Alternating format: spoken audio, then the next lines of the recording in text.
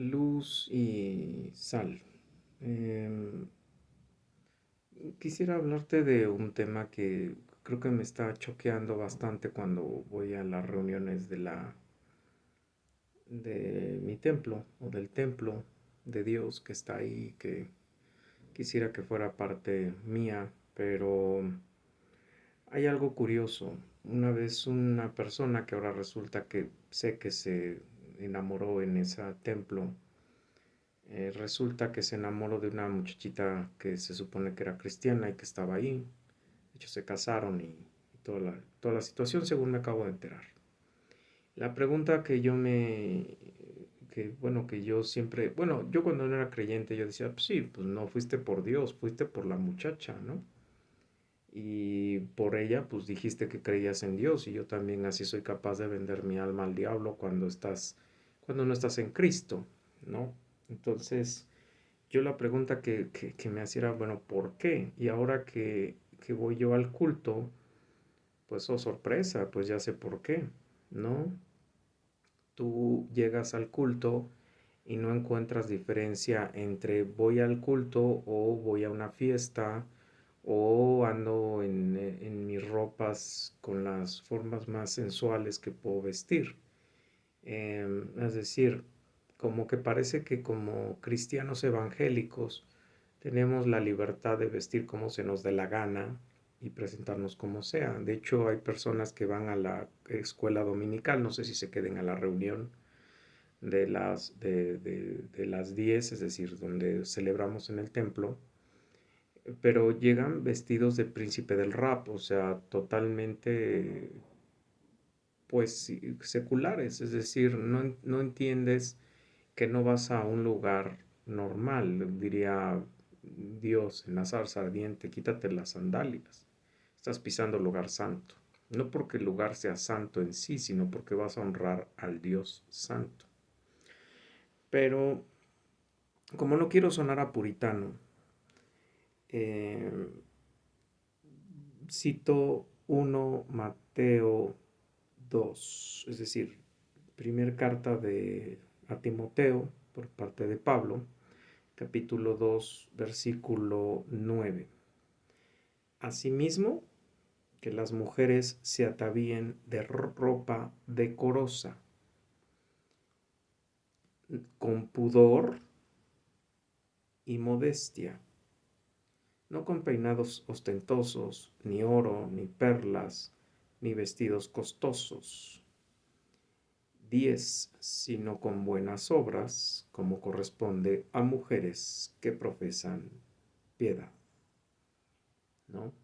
Entonces yo me pregunté y yo me lo he dicho, oye, si yo voy al culto y de repente, perdón, es real, a mí me ha pasado, yo no sé si a ti como hermano en Cristo, entras y te ponen enfrente el pantalón ceñido, que incluso se alcanzan a ver las zonas genitales ceñidas en el pantalón, el vestido corto, las transparencias en las blusas, etcétera, etcétera, etcétera. La pregunta es, perdón, ¿voy al culto o voy a deleitarme la pupila? ¿No? Y, y desgraciadamente así van, y van señoras maduras, y van jovencitas. Incluso cuando vi las que se iban a bautizar con una falda que llegaba a medio muslo, en pie, no quiero saber cómo se verían sentadas, pero en pie quedaba medio muslo. Entonces la pregunta es, ¿De verdad te vas a bautizar? O sea, creo que ahí no nos han instruido o no hay ningún, aunque sea un señalético, donde aparezca, oye, vienes al culto, ¿no? Por lo menos este versículo, si lo pusieras ahí, y luego nos pusieras más o menos cómo debemos vestir, pero no sé qué tanto eso afecte la economía del templo y qué tantos feligreses se vayan a ir. Pero yo considero, con todo respeto, que deberíamos de también empezar a tomar medidas en todas las iglesias. Yo no sé en cuántas sea lo mismo, porque la verdad es que no he transitado por muchas, pero por lo menos tres en donde he entrado, sí de repente la pregunta era, perdón, si venimos a celebración del Señor, en licras, en minifaldas, en pantalones ceñidos, este, que incluso se pueden ver los labios vaginales, etcétera, etcétera. O sea, tú dices, perdón, o sea, y tú vas a decirme, sí, ¿dónde tienes los ojos? Sí, perdón, o sea, yo sé que es un pecado saber que lo veo, pero es complicado a veces, siempre estar como... De hecho, hoy estaba mejor poniéndome las manos en la cara así, porque se me ocurrió sentarme hasta el fondo de la iglesia y yo tenía enfrente a una dama totalmente entallada de sus ropas, ¿no? Entonces, eh, pues la idea era glorificar a mi Dios, no glorificar el cuerpo.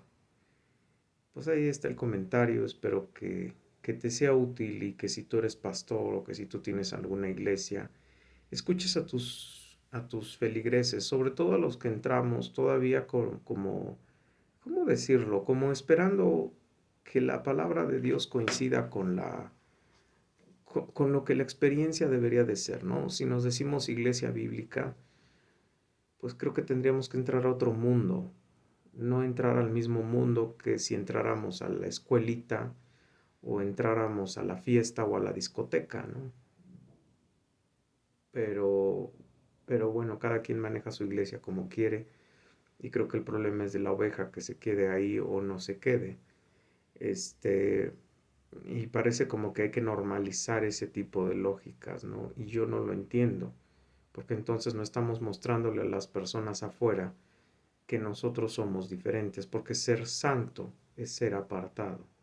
Y ser apartado quiere decir que tienes otra forma de conducirte. Incluso hoy que oía una predicación de Núñez, donde decía que nosotros tendríamos que cuidar la lengua porque maldecimos a la imagen y semejanza de Dios, es decir, estamos maldiciendo a los hombres que están hechos a la imagen y semejanza de Dios, sean cristianos o no.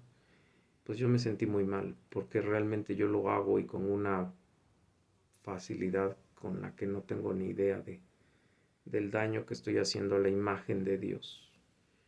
Eh, es decir, también me lo tengo que repetir muchas, muchas miles de veces a mí. Espero que sea útil el video y nos vemos hasta la próxima.